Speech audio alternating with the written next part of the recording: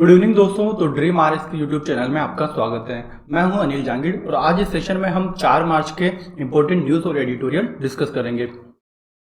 तो आज से मैंने क्या कोशिश की है कि मैं इस जो हमारा सेशन होगा इसमें हम द हिंदू और इंडियन एक्सप्रेस के भी जो इंपॉर्टेंट आर्टिकल होंगे उनको भी डिस्कस करेंगे, ताकि इससे हमारी प्रिपरेशन जो इंटरव्यू की प्रिपरेशन है वो काफ़ी अच्छी चलती रहे। तो शुरू करते हैं। तो आज तो हम पहले एडिटोरियल ही डिस्कस कर लेते हैं। तो अभी पहला एडिटोरियल हम डिस्कस करेंगे कि जो अभी सुप्रीम कोर्ट ने जो बोबड़े साहब जो सीजीआई है उन्होंने जो कमेंट दिया था जलगांव वाले केस में, तो उससे रिलेटेड आर्टिकल क्या है। तो अभी क्या हुआ, जो हमारी कल भी हमने आर्टिकल डिस्कस किया था कि जो पुलिस हो गई या जुडिशरी हो गई, तो ये क्या दिखा रहे हैं आजकल इनकी जो जजमेंट आ गई है, जो पुलिस की कार्रवाई होती है इनसेंसिटिव होती है विमेन के प्रति। तो विमेन को इनसेंसिटिव होती है, उनके प्रति संवेदनशीलता इनमें काफी कम होती है। तो अब आप खुद ही सोचिए, जब बोबड़े साहब ने बोला कि अक्यूज से बोला कि आप रेप विक्टिम से शादी करोगे, तो ये क्या दिखाता है कि आप सिर्फ शादी करवा के शादी करने से क्या रेप करने का लाइसेंस मिल गया। तो मतलब अगर आप रेप कर दो उसके बाद आप शादी कर ले तो क्या सारे आपके पाप धुल गए? नहीं। क्या विमेंस के कोई राइट नहीं है? क्या उस लड़की के कोई राइट नहीं है? अगर मान लो उसकी शादी कर भी दी जाती है तो क्या गारंटी है कि उसको उसके शादी के बाद उसके ऊपर डोमेस्टिक वायलेंस नहीं होगा, उसको हेरासमेंट नहीं किया जाएगा ससुराल में। आपने एक मूवी देखी होगी, बहुत पुरानी मूवी है बुलंदी, उसमें शक्ति कपूर और ऐसा कुछ कैसे आप सर देखना, आपको याद आ जाएगा। तो उसको होता क्या है, अगर मान लो रेप विक्टिम से आप शादी भी कर लेते हो तो क्या गारंटी है कि उसके ससुराल वाले उसे बाद में प्रताड़ित नहीं करेंगे। उसके बाद एक और जो केस चल रहा था उसमें भी सीजीआई ने क्या बोला कि जब दो लोग पति और पत्नी की तरह आपस में रह रहे हैं तो उनके बीच में सेक्सुअल जो इंटरकोर्स है वो कितना ही ब्रूचुअल हो तो क्या आप उसको रेप बोलोगे? तो ये एक तरह से हमारे जो एक शादी में, हमारे इंडियन कल्चर में शादी को एक पवित्र माना गया है। तो क्या लेकिन शादी करने के बाद क्या विमेन की कोई ऑटोनॉमी नहीं रहती? क्या शादी करने के बाद विमेन की जो फ्रीडम, इंडिविजुअल फ्रीडम है वो क्या खत्म हो जाती है? क्या शादी करने के बाद हमें इस विमेन को ट्रीट करने का किस तरह से भी अधिकार मिल जाता है? तो अभी एक और केस चल रहा है, उसमें भी यही बात है। उसमें भी सुप्रीम कोर्ट ने तो ये बोला है कि अगर शादी करने से पति की प्रॉपर्टी नहीं हो जाती है, तो मतलब उसकी जो ऑटोनॉमी है, इंडिविजुअल फ्रीडम है, वो शादी के बाद भी बरकरार रहती है। तो जो सीजीआई साहब है थोड़ा कॉन्ट्राडिक्ट है, एक बेंच क्या बोल रही है, सीजीआई साहब क्या बोल रहे हैं। तो होना यही चाहिए जो हमने कल भी डिस्कस किया था कि पुलिस को ललिता कुमारी जजमेंट फॉलो करना चाहिए। मतलब ये जो रेप जैसे कॉग्निजिबल ऑफेंस हो गए, संज्ञेय अपराध हो गए, इनमें तुरंत एफआईआर दर्ज कर गिरफ्तारी होनी चाहिए, उसके बाद इंक्वायरी होनी चाहिए। और सभी के लिए पैरामीटर सेम होने चाहिए, जज हो, राजनेता हो या कोई भी हो, सबके लिए सेम होना चाहिए। और विमेन सेफ्टी में सिर्फ कठोर कानूनों से काम नहीं चलेगा, हमें विमेन सेफ्टी में जो दूसरे एस्पेक्ट होते हैं विमेन के, कि हमें अवेयरनेस बढ़ानी चाहिए, बेटी बचाओ बेटी पढ़ाओ। हमें जो लोगों की मानसिकता है कि औरतें कपड़ों से लोगों को सिड्यूस करती है, तो इस तरह की जो गलत मानसिकता है इन्हें हमें दूर करना पड़ेगा। जो प्रिजुडाइस है सोसाइटी में हमें वो खत्म करने पड़ेंगे। हमें ऐसा एनवायरमेंट औरतों को देना पड़ेगा कि उन्हें लगे ही ना कि वो अनइक्वल है सोसाइटी में। वो कहीं पर अगर प्रोटेक्शन काम करने भी जाती है ऑफिस में या फिर किसी दुकान में रात में भी काम करती है, तो इस तरह का जो एनवायरनमेंट है ना सपोर्टिव होना चाहिए। उन्हें ये फील नहीं होना चाहिए कि उन्हें किसी की जरूरत है।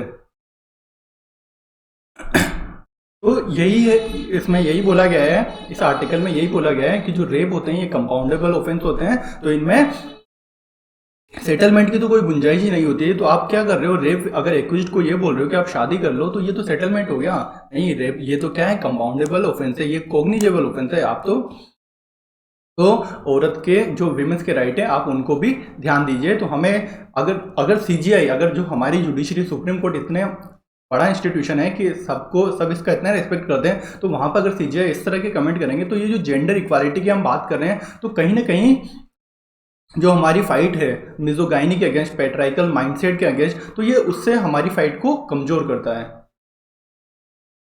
अगला आर्टिकल हम डिस्कस कर लेते हैं कि रिकैलिब्रेटिंग रिलेशन विद ईयू।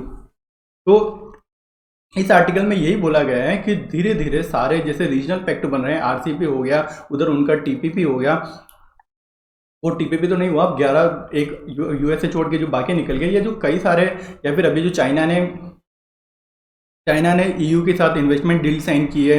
इसी प्रकार जो वियतनाम ने ईयू के साथ एग्रीमेंट साइन कर लिया है। तो क्या इंडिया इन सबके पीछे रह नहीं जाए, मतलब सब अपना अपना जुगाड़ पानी देख रहे हैं। तो इंडिया को अगर ग्लोबल इकोनॉमी में बनना है, अपनी एक्सपोर्ट बढ़ाना है, तो इंडिया को भी ईयू के साथ ट्रेड डील साइन कर लेनी चाहिए।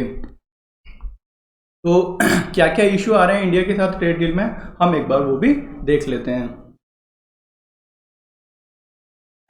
तो अब आर्टिकल में चलते हैं। तो आर्टिकल में ये बोला है कि आत्मनिर्भर भारत की बात करें या जो अभी हमारा रिसेंट जो बजट आया है, तो इसमें हम सेल्फ रिलायंट इंडिया की बात करते हैं। तो सेल्फ रिलायंट इंडिया बनाना जरूरी है, लेकिन हम क्या सबसे अलग थलग पढ़ सकते हैं? नहीं। हमें सेल्फ रिलायंट का मतलब ये हो गया कि जो हमारी जो किसी भी प्रोडक्ट की सप्लाई चेन होती है, कि मतलब रॉ मटेरियल से वो एंड प्रोडक्ट बनता है, जो उसकी सप्लाई चेन होती है। तो अभी इसमें क्या होता है कि अभी हम हर जगह से कहीं से कौन सा पार्ट आ रहा है, कहीं से कौन सा पार्ट आ रहा है, तो हमें हमारा जो सप्लाई चेन है उसमें इंडिया का जो शेयर है कि हमारे अधिक से अधिक जो रॉ मटेरियल है, अधिक से अधिक इनपुट है वो इंडिया से ही आ जाए, तो वो बढ़ाना पड़ेगा। तो अब अगला बात बोलते हैं आर्टिकल में कि इंडिया और ईयू में जो एक्सपोर्ट पोटेंशियल है, जो अभी तक टेप नहीं किया गया है, वो लगभग $40 बिलियन का है। और कौन कौन से सेक्टर में हम एक्सपोर्ट कर सकते हैं ईयू को? अपैरल हो गए, जेम्स ज्वेलरी हो गए, केमिकल हो गए, मशीनरी हो गए, ऑटोमोबाइल हो गए, फार्मास्यूटिकल हो गए, प्लास्टिक हो गए।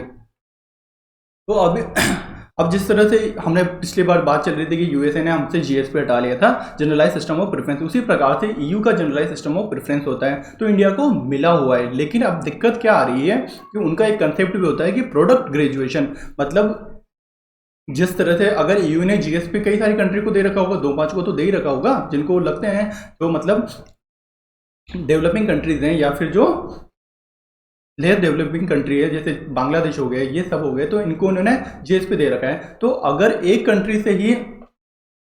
कंट्री ही जीएसपी का सारा फायदा उठा लेगी, तो ये तो गलत हो जाएगा। तो ईयू ने क्या कर रखा है, एक प्रोडक्ट ग्रेजुएशन का कंसेप्ट लगा रखा है। उसका मतलब ये है कि एक कंट्री का अगर जो सारे जो उसका अगर किसी पर्टिकुलर कोई प्रोडक्ट, मान लो अगर वो कपड़े बेच रहे हैं, तो अगर इंडिया के कपड़े जो जीएसपी के अंदर सारा जो जीएसपी होता है, सारी कंट्रीज का जो जीएसपी इंपोर्ट होता है, उसके अंदर अगर 17.5% से अधिक निकल जाता है, तो फिर वो प्रोडक्ट को जीएसपी से बाहर निकाल देंगे, तो फिर उसको जीएसपी का बेनिफिट नहीं मिलेगा। मतलब ऐसा है कि सबको बेनिफिट मिलता रहना चाहिए, किसी के एक्सपोर्ट में जो इंपोर्ट होता है ईयू का, उसमें मोनोपोली नहीं होनी चाहिए। तो अभी इंडिया के जो कई सारे प्रोडक्ट हैं वो अब प्रोडक्ट ग्रेजुएशन में आ रहे हैं, मतलब वो धीरे धीरे ग्रेजुएट हो रहे हैं।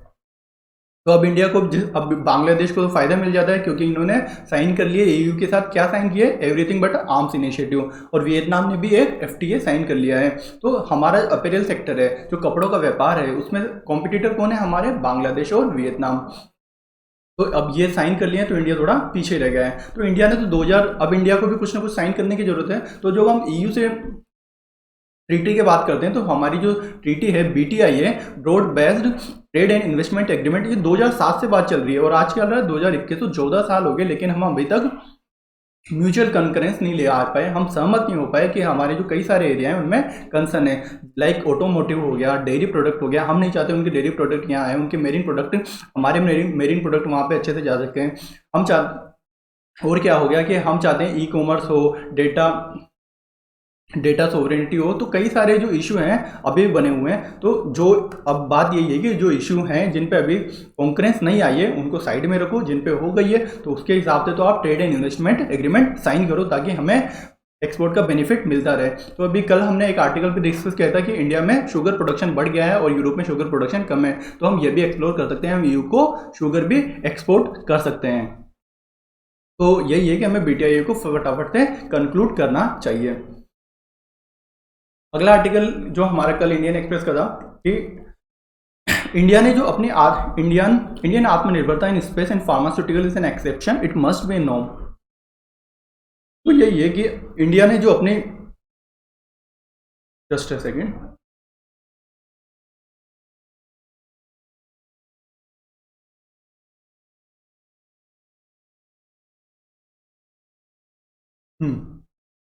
तो अगर हमने हम बात करते हैं कि हमने स्पेस हो गया, हमारा अंतरिक्ष हो गया, फार्मास्यूटिकल हो गया, हम इसमें तो आत्मनिर्भर बन चुके हैं। हम स्पेस में अभी हमने ब्राजील का अमेजोनिया सैटेलाइट लॉन्च किया, फार्मास्यूटिकल में हमने वैक्सीन डिप्लोमेसी से वैक्सीन कई लोगों में भिजवा रहे हैं। तो कहीं ना कहीं हम इन दोनों में तो हम स्पेस और फार्मास्यूटिकल में तो हम अलग से मतलब उभर के निकले हैं। तो लेकिन यह क्या लिमिटेड सिर्फ ये क्या है, सिर्फ दो ही सेक्टर हो गए, स्पेस और फार्मास्यूटिकल। हमें जरूरत है कि जो हर सेक्टर हो, इलेक्ट्रॉनिक मैन्युफैक्चरिंग हो गया, अपैरल हो गया, या और जो सेक्टर हो गया, इनोवेशन हो गया, साइंस एंड टेक हो गया, मिसाइल टेक्नोलॉजी हो गई, डिफेंस टेक्नोलॉजी हो गई, तो कई जो बाकी जो सारे सेक्टर हैं ना, उसमें भी हमें इसी तरह की प्रगति लानी पड़ेगी। तो आर्टिकल में यही बोला है अब कि जो हमने स्पेस और फार्मास्यूटिकल में जो अचीव किया है, ये कोई एक दिन की मेहनत नहीं है, ये 50 सालों की मेहनत है। तो ये 50 सालों से जब हमने इतने प्रयास करे तब जाके आज हम इन दोनों सेक्टर में आत्मनिर्भर बन पाए हैं। तो हमें ज़रूरत है कि हम किसी सेक्टर को टारगेट कर रहे हैं,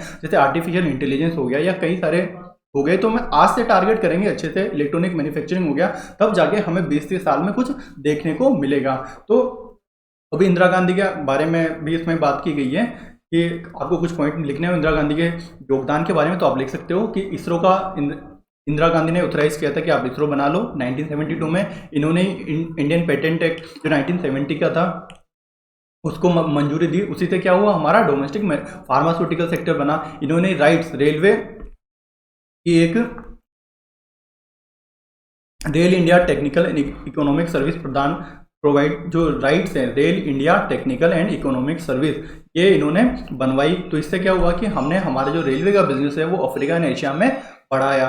तो ये 3 योगदान आप उनके लिख सकते हो। तो ये सब चीज़ें यही है कि जो इसरो अब 1972 में बढ़ा, कितने साल हो गए आज इसको, लगभग 50 साल हो गए। तो ये सब 50 साल में आज हम इस आत्मनिर्भर बन पाए हैं। इसी तरह पेटेंट एक्ट भी 70 का था, तो 50 साल बाद हम बन पाए। तो हमें अभी से जिन सेक्टर को हमें टारगेट करना है, हमें अभी से उनके ऊपर कोशिश करनी चाहिए। अब यही है, अगला बोलते हैं कि जो क्रेडिट है जो सैटेलाइट लॉन्च का हो गया, फार्मास्यूटिकल एक्सपोर्ट का हो गया, ये बिल्कुल हमारे जो इंजीनियर हैं, जो हमारे साइंटिस्ट हैं, उनको मिलना चाहिए, क्योंकि विदेश में उनको अच्छी तनख्वाह मिलती है, अच्छे पैसे मिल रहे हैं, तब भी वो छोड़कर इंडिया में काम करने को राजी हैं।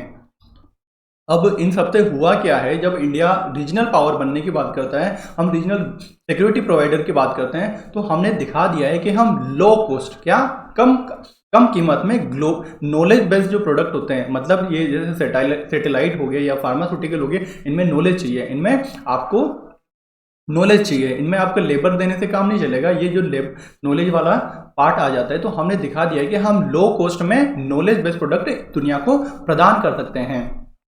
तो अब ये सब हो रहा है, तो ऑब्वियसली दुनिया को अच्छा नहीं लगेगा। तो यूएस ने कई सारे एफर्ट किए कि हमारी जो डेवलपमेंट है वो कम हो जाए। तो इन्होंने क्या किया, इंटेलेक्चुअल प्रॉपर्टी राइट लेके आए, तो उससे WTO के अंदर, तो उससे उन्होंने टेक्नोलॉजी देने से मना कर दिया। तो इस तरह से, लेकिन इसरो जैसे, पर इसरो ने खुद ने अपने दम पर अपनी टेक्नोलॉजी खुद डेवलप की।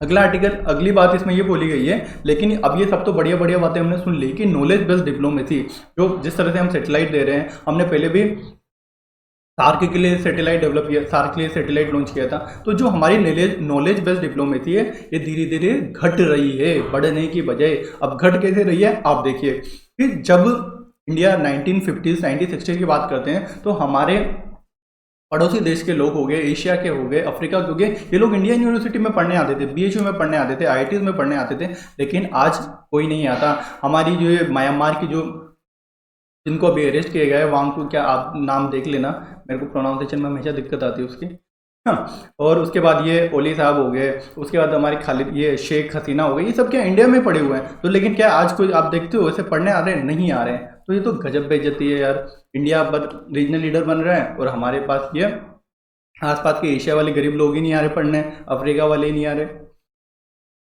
तो इंडिया की जो नॉलेज बेस्ड डिप्लोमेसी थी पहले अच्छी थी, कि पहले लोग पढ़ने आते थे, पहले इंडिया को एग्रीकल्चर इंडस्ट्रियल डेवलपमेंट के लिए पूछने आते थे, FAO खुद आता था, है ना, Indian international rice research institute खुद आता था कि बताओ भाई तुमने ऐसा डेवलपमेंट कैसे कर लिया है, आपने ग्रीन रिवोल्यूशन कैसे लेके आया है, आपने राइस में इतना प्रोडक्शन कैसे बढ़ा लिया, आप रेलवे इतना अच्छा कैसे कर रहे हो। तो ये हमसे पूछने आते थे, आपकी डेयरी सेक्टर इतना अच्छा क्यों है, आपका लाइव स्टॉक सेक्टर कितना है, आपने ऑपरेशन फ्लड लेके आए डेयरी में, तो ये कैसे लेके आए। तो हमारा मतलब पहले जो नॉलेज बेस्ड डिप्लोमेसी थी वो काफ़ी अच्छी थी, लेकिन आज वो घट रही है। घट क्यों रही है? दो रीजन थे। पहला, हमारा जो इंडियन टैलेंट है वो बाहर जा रहा है, मतलब बाहर अच्छे पे स्केल मिल रहे हैं, तो हमें इंडिया में पे स्केल अच्छे करने पड़ेंगे हमारे साइंटिस्ट और रिसर्चर के लिए।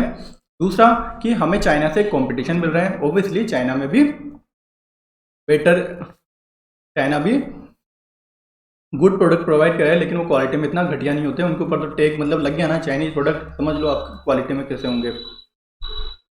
तो अब उसमें आर्टिकल में ये बोल रहे हैं कि अब जो हमारा एज था चाइना से कि हम इंग्लिश के साथ इंडियन काफ़ी फेमिलियर होते हैं, तो हमें काफ़ी बेनिफिट मिलता है, वो एज भी धीरे धीरे खत्म हो रहा है। अब चाइनीज भी इंग्लिश सीख रहे हैं।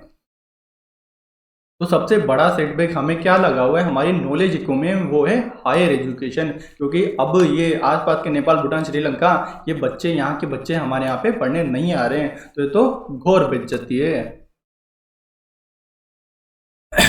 तो अब वही है कि जिस तरह से स्पेस और इस फार्मा को बढ़ाया, अब ये बात करते हैं कि इस पे इसरो की बात करें तो इसरो को जो कॉम्पिटिटिवनेस इसकी जो बड़ी है जो ग्लोबल मार्केट में, वो क्यों बढ़ी है? इसको पब्लिक पॉलिसी, पब्लिक सपोर्ट मिला है, इसको गवर्नमेंट ने सपोर्ट किया हुआ है। और जो फार्मा सेक्टर है वो प्राइवेट लोगों ने बढ़ाया हुआ है, मिडिल क्लास टैलेंट की वजह से बढ़ा है। तो क्या कल भी हमने बात की थी कि पीएसयू हो गए, प्राइवेट कंपनीज हो गए, वो इंडिया की दो आंखें हैं। उसी प्रकार से जो फार्मा प्राइवेट एंटरप्राइजेस की वजह से बढ़ा और इसरो गवर्नमेंट सपोर्ट की वजह से बढ़ा, तो हमें दोनों का इकोनॉमी में बैलेंस लेके चलना पड़ता है, प्राइवेट सेक्टर हो गया और गवर्नमेंट सेक्टर हो गया।